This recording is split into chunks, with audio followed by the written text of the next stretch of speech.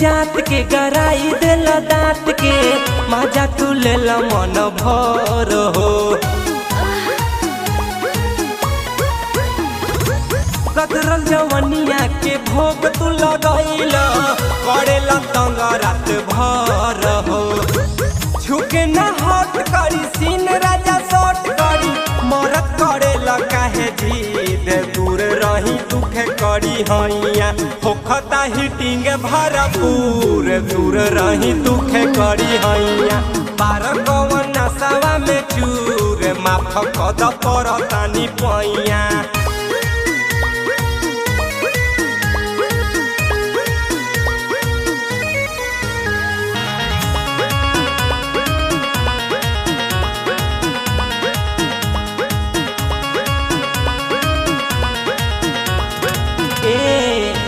हमर होठ के ललैया पावे मिसरी मलैया हमर जुआ जुड़ैनी दुखे तब से खलैया।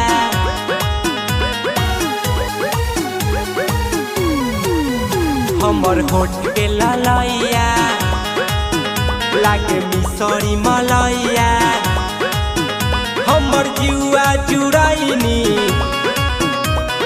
तब से खलैया।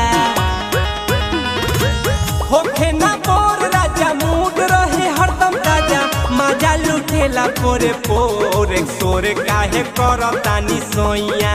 होखता हिटिंग भरपूर दूर रही दुखे करी हैया। पार कवन नशवा में चूर माफ कद परतानी पैया।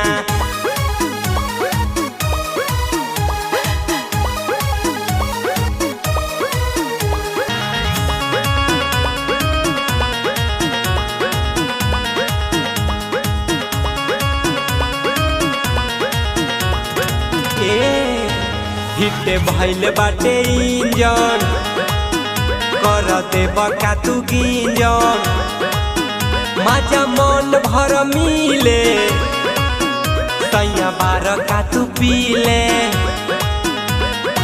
ए सैया ई का खैल हो। हिटे भइल बाटे इंजन कर देब का तू गिंजन मजा मन भर मिले सैया बार का तू पीले।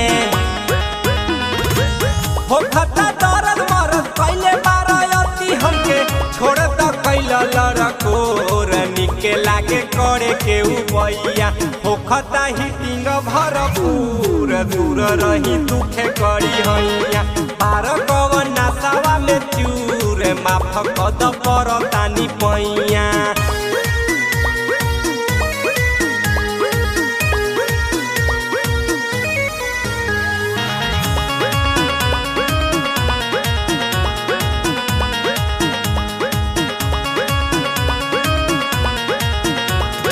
सुना या तो फर्दू मन ले साड़ी करे किसे राते साड़ी कहे हमरो के दे दो खड़े खड़े नहीं खेद।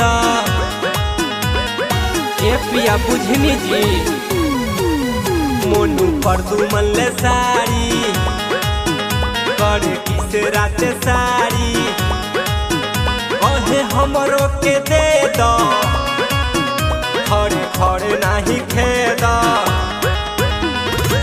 दीपक से डन होला फिर नहीं मन होला करे जो बना बारा जंप दर्द बारा देले बारे दैया।